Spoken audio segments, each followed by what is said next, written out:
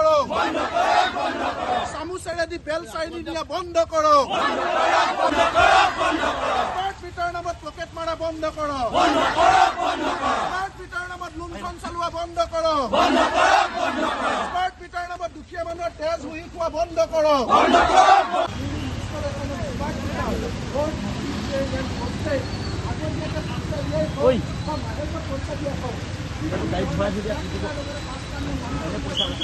Number one, advance notice in the point.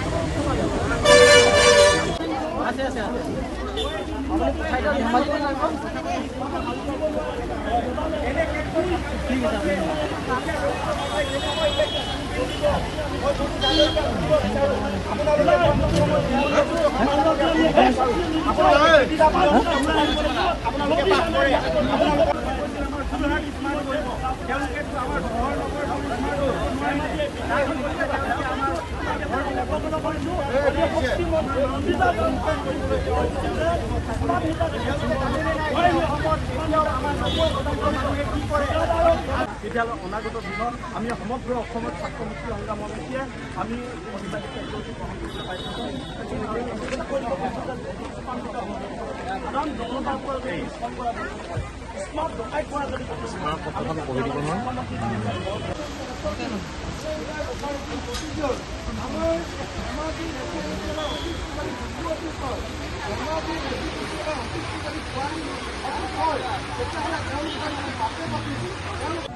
কাৰণ কেৱল আপোনালোকৰ ঘৰতে স্মাৰ্ট মিটাৰ লগোৱা নাই, ধেমাজিৰ বহু হাজাৰ মানুহৰ ঘৰত স্মাৰ্ট মিটাৰ লগাইছে।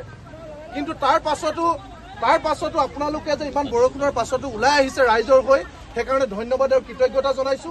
আৰু দ্বিতীয় কথাটো হৈছে যে বৰ্তমান সময়ত আপোনালোকে জানে এনেকুৱা এখন চৰকাৰ অসমত চলি আছে, কোনোবাই যদি চৰকাৰৰ বিৰুদ্ধে মাত মাতে তেতিয়াহ'লে আজি যদি আপোনালোকক আমাৰ লগত টিভিত দেখে তেতিয়াহ'লে আপোনালোকৰ ঘৰলৈ স্থানীয় বিজেপিৰ নেতাজন গৈ আপোনালোকৰ ঘৰত ক'ব যে আপোনাৰ অৰুণোদয় কাটি দিয়া হ'ব, হয়নে নহয়?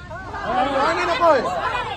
আকৌ যদি আপোনাক চৰকাৰৰ বিৰুদ্ধে মাত মতা দেখে তেতিয়াহ'লে কয় যে আপোনাৰ ঘৰলৈ অহা চৰকাৰী ঘৰটো কাটি দিয়া হ'ব, কয়নে নকয়?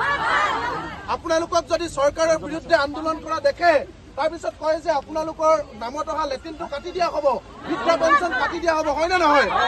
গতিকে এহাতেদি প্ৰতিকূল বতৰ আৰু অন্য হাতেদি আপোনালোকে জানে যে চৰকাৰৰ ভয় ভাবুকি ব্লেকমেইলিং সকলোবিলাক ওপৰাই আপোনালোক যে ওলাই আহিছে ৰাইজৰ স্বাৰ্থত, সেইকাৰণে আমি কেন্দ্ৰীয় সমিতিৰ তৰফৰ পৰা আন্তৰিক অভিনন্দন আৰু আন্তৰিক ধন্যবাদ আৰু কৃতজ্ঞতা জ্ঞাপন কৰিছো। শ্ৰদ্ধাৰ ৰাইজ, আপোনালোকে জানে আমি কৃষক মুক্তি সংগ্ৰাম সমিতি আৰম্ভ কৰিছিলো আৰু এতিয়া শদিয়াৰ পৰা ধুবুৰীলৈকে আৰু তামোলপুৰৰ পৰা আলগাপুৰলৈকে সমগ্ৰ অসমত এতিয়া স্মাৰ্ট মিটাৰৰ বিৰুদ্ধে ৰাইজ ৰাজপথলৈ ওলাই আহিছে।